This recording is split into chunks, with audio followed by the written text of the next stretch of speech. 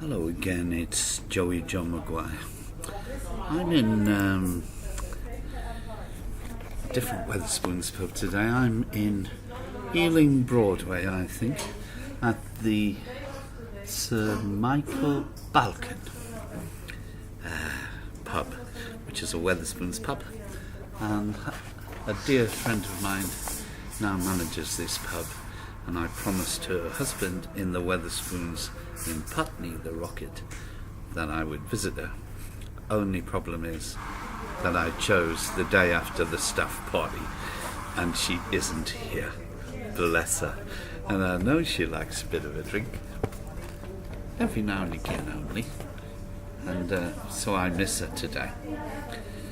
Anyway, it's a lovely pub. I've been here once before. Just quite a walk from the station.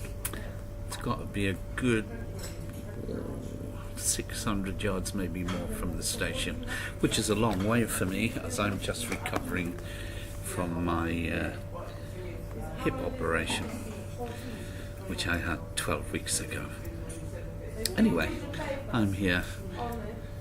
Failed to see her, but I'll also upload my latest poem onto my YouTube site, my YouTube channel, and onto my website. And it is called I Will Survive. And it's about surviving after being what looks like I'm going to be forced to leave my wonderful flat on the cusp of Chelsea, because I live right next door to Chelsea football ground, and the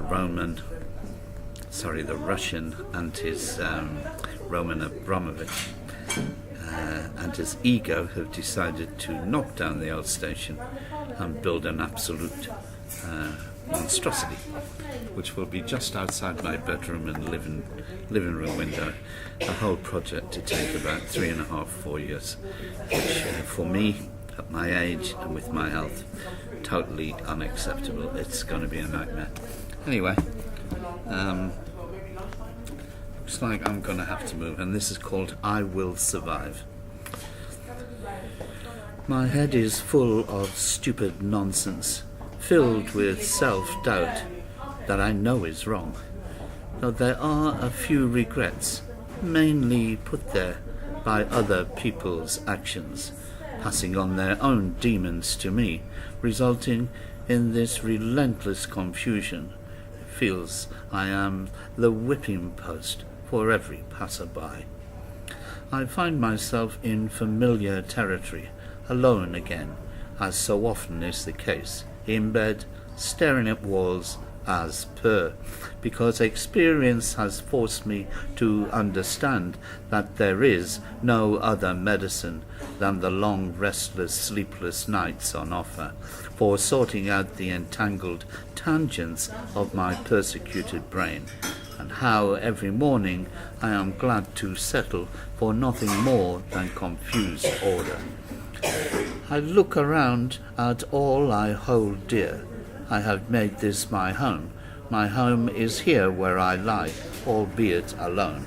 It is filled with all my accumulated trinkets, overflowing with my personal possessions and all my treasured memories, and I would give it all to somehow finally be at peace.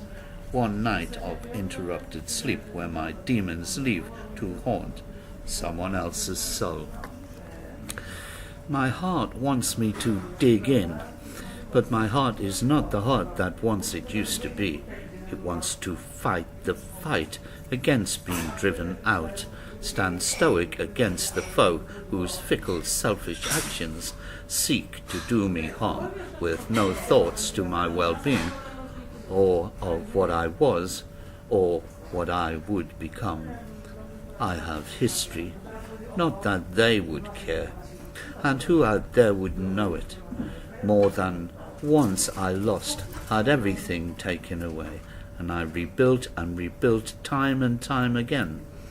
I've done the homeless bit, gave up expecting, asking, or should I say begging for help a long time ago. It seems mine is an uphill paper round, allotted at birth, and as I lie here, I try to pass it off and put it down to my destiny.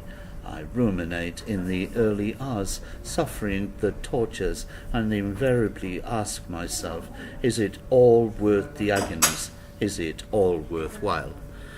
The answer is quite simple, but I never travel by the simplest route, my answers always being hard to come by. I love life, love the joy of being, and would love living if only I was left alone to do so. And every night I console myself, cry some tears, remembering what Mark told me. I am a survivor, an emperor of my own kingdom, by which he inferred whatever evil came my way, somehow, from somewhere, I would pluck my courage, and as always, find a way to survive. And that poem is written with grateful thanks to Mark Hinton, my psychologist and friend, and also let's hope young Abramovich gets to read it one day. Not that he has a social conscience or any conscience at all. I think he only cares about himself. Amazing what money can do to a man, eh? Quite amazing. Anyway, they say what goes round comes round, and I've never known it not to.